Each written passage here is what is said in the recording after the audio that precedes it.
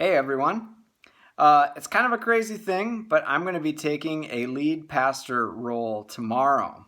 And that might seem like kind of a strange thing anymore these days. I think to become a lead pastor 40 years ago would have been a big deal. It'd be like running with the doctors and the lawyers and the movers and shakers in our community and people that are well respected.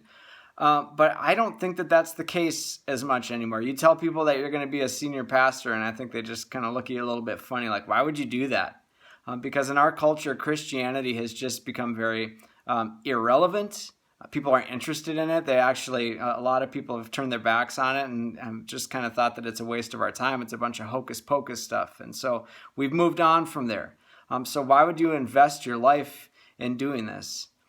And it's because, I think that Christianity actually has a lot more to offer the world than what we think.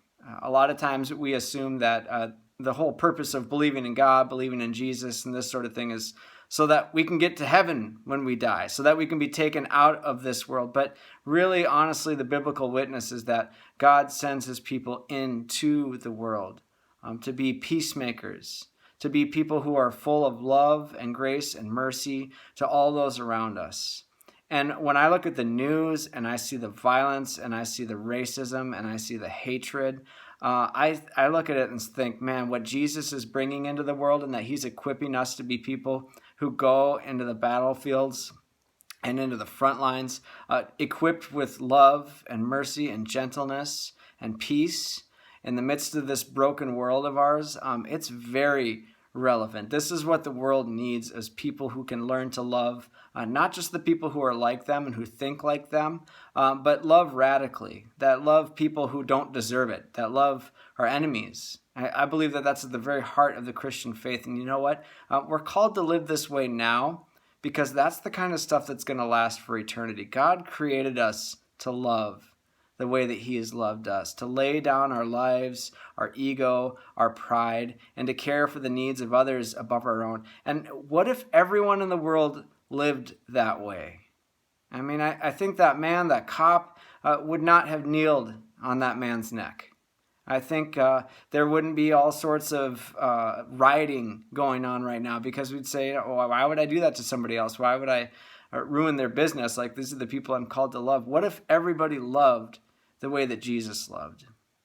And as Gandhi said, we need to be the change that we want to see. And that's why I'm becoming a pastor, because I want to help the church to understand, and not just the church, I want other people from all over the world to be invited into this beautiful thing that God is doing in the world, that he's raising up an army of loving peacemakers in this world who are going to conquer the world not through more violence and hatred and retribution and all these sorts of things that human beings do to try to accomplish their peace, but he's going to bring peace through people who are peaceful.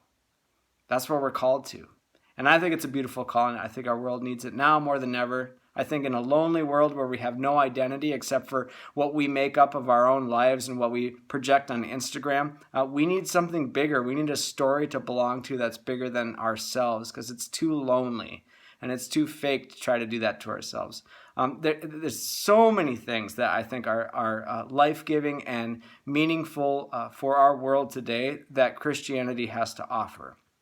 And so I would hope that you'd keep an open mind to that. I hope that maybe you've had a bad experience with the church in the past, and that's certainly true for many people, but that you would say, who is Jesus? Get to know him. Read Matthew, Mark, Luke, and John. Find churches where the people really seem to be loving and accepting and welcoming, and spend some time there. Listen to what they have to say. I think that this is what we were created for. We were created for community, not only with each other, but with God too. That's all part of it. So, man, I could ramble on and on about this stuff. I'm passionate about this role. And I think that God has some really good things to continue to speak to our world today. And I hope that all of you would open your hearts to what it is that he has to speak into your life and enter into something far more beautiful than what this world has to offer. So consider it. God bless you. Peace.